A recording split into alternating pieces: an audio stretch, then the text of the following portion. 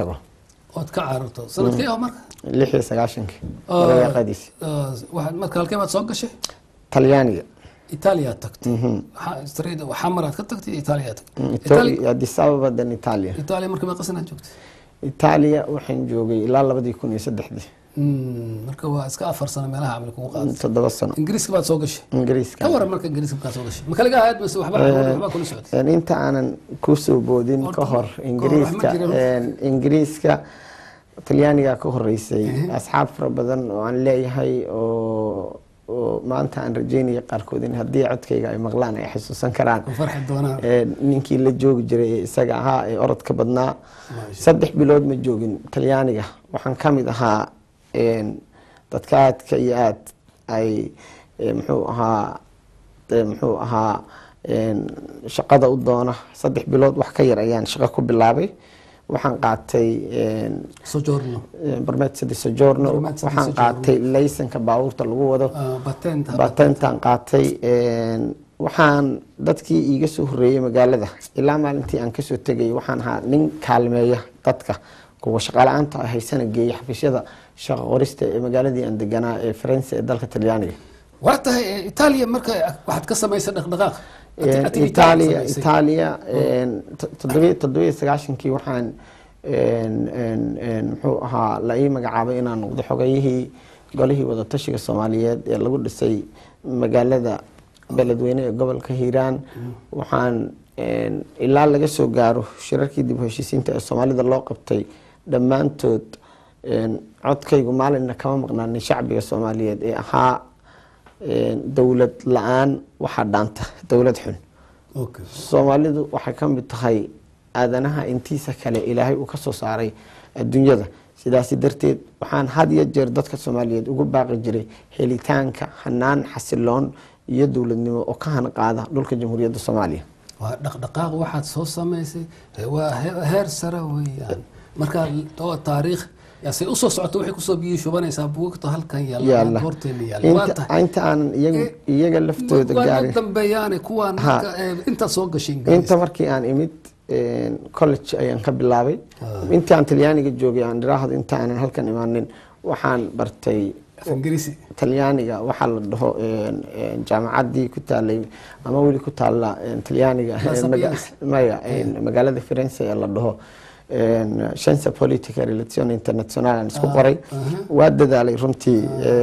سياسات دي حريرك عالمي شانسة بوليتيكا ريلاتيون انترناسيونال لابد يكون يصدح ديوان كشو كايم التلياني هل كان أنا إمد كولج أيام باللابي أوردان هل كان كباللابي نينا عن صاحبنا هاي وعن رجيني هذا إن عمعت كي قال جارسين دون إنجنير عبد محمد ويقاني مددر أيام إقعد صدي sababta dokumentiyadan faraha badan ee aan la guurguurayo waxa dhici karta xaafad marka aad ka guurto xaafad kale aad tagto inay wax ka dhumaan marka wuxuu igu yiri waxaan oo dokumentiya ah oo aad hayso waxay kugu yihiin amaano sidaas darteed waxaan ka codsan lahaa in aad buugaag ka samayso dadka Soomaaliyeedna ay u helaan koobi kamida kuwaas oo dhaxal u noqon doona dadaalkaas isaga ah waxaan bilaabay inaan kadib buugaagta qoro marka waxaad leedahay ka wadaa ilan saashi waa ay qorneedo waxay ahayd halkeebaad ka bilowday qoraalkan maxaa kugu dhaliyay saaxiibkaaba yaani runtii marka la saameyn kugu lahaa saameyn dhiirigelin ayuu ii sameeyay inaan burburka dawladnimo ee Soomaaliya ruux kasta wuxuu ka galaa bulshada Ilaahay uu ka soo saaray meel doorkaygu wuxuu noqday shaqadan aan hortaalla maanta ee aan واتا اسمه أوجد لكن أساس بلوغادي متكات أكتو كلكو صوب بالله داده يو شقوين كي يونيتوف يو بروباغندا الأورنجري واحد بروباغندا كعان كي فرتان أتقريسي وحن قريسي وحيابها أنا أصل كودي وحباط لهيد وتالنت بعض لهيد وقرال الله سال كله لكن هذه اسمه أوجد تذك اسمه صح مكان قدوده إلا هذيك الجارة واحد صوت الأفصال حقيقة واتا مرك قراءة waxaad ka bilowday waad noo sheegtay saaxiibkaaba dad baa yani ku yiri war waxaan aad niyaho ururinayso buugaa ka dhigo habay marka wax jaamacadii waxyaalaha ma ka soo baxday waxbarasho sida wax loo qoro historian adduunka qofka taariikhda qoro waxa la historian baa la yiraahdaa in Italiano waxa la historico English language historian waa taariikh qorane waxa weeyaan marka waxa looga soo baxaa waxa la barayaa qaabka qofka taariikhda loo qoro qof kasta waa adagta taariikh inuu qoraa laakiin qofku ururin kara buug waa sameyn kara waxa sameyn kara laakiin waxa jira taqasus gooniya iska adiga ka waran arrinta aniga barashadaydu waxay ahayd siyaasadda iyo xiriirka caalamiga ingiriiska markii aan imid yani hawshaydu waxay noqotay sidii aan bugaagtan hortaalla u samayn lahaa yani qoraalku soomaalida maanta wax qortaa waxaa dhici karta nin kastaa inuu si wax u qoro nin kastaa dhahaalka maxaa yeelay maxaa la dhahaa ruux kasta waxaa saaran mas-uuliyadda saaran ayaa qof kasta ama ruux kasta mas-uuliyad ayaa saaran ama ka saaran ruuxa kale ama ka saaran dalkiisa dadkiisa iyo ka qaybgalka u adeeg adeega bulshada anigu research baaritaan aan sameeyey dheer oo taariikhda Soomaalida ku saabsan waxa ii suurta gashay inaan qoro bugaagta halkan taala waata laakiin bugaagtaada waxay kala kooban yihiin yani xagga taariikhda siyaasadda dhaqanka suugaanta waa mawduucyo kala duwan wey oo ciyaar ahayn soo ururintooda marka okay maxaad marka bulshada qaybaheeda kala duwan taariikhda fanka jacaylka dhaqaalaha dhaqanka maxaa la yiraahdaa wax walba masraxa wax walba adiga marka dhinaceebaad yani aad u jeceshahay inaad wax ka qorto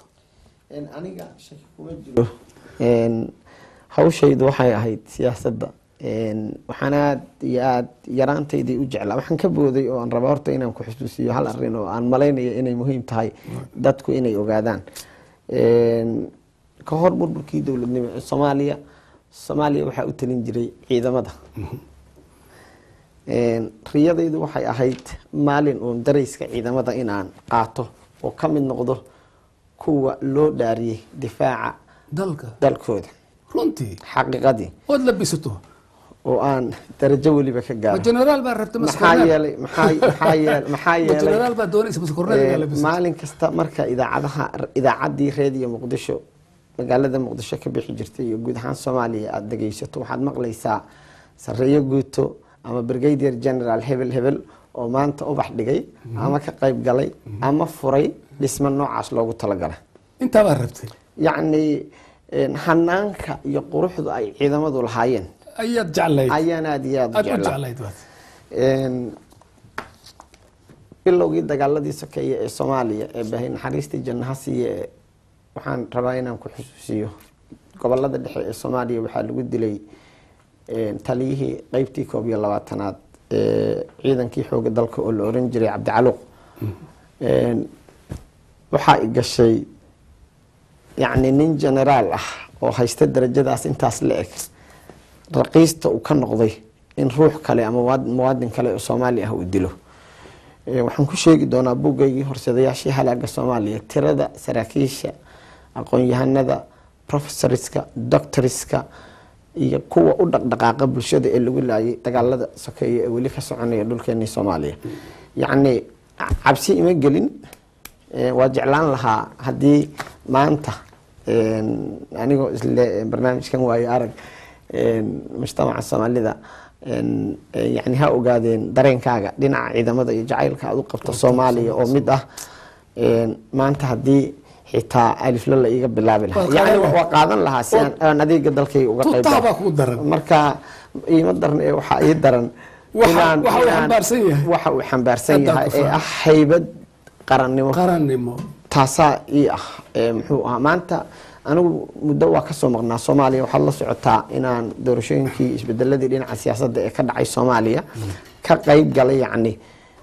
goobjoog ka ahaa sanad ka hor 10kii bishii yani maalin ka hor maanta muxuu ahaa shalay waxay ahayd 11 maalin ka hor 2 maalmood ka hor isbedelkii madaxweyne Xasan Sheekh Maxamuud lagu doortay goobjoogan ka ahaa يعني markaan arko nin sarkaal ah oo ka tirsan ciidamada يعني dib waa jira meel kasto shida ay ka dhacdaana dhibaato waa ka dhacaysa laakiin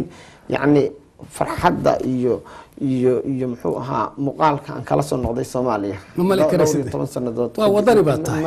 nin wadani baa tahay waa tahay waxaan u maleynayaa Cabdi Casiis hadii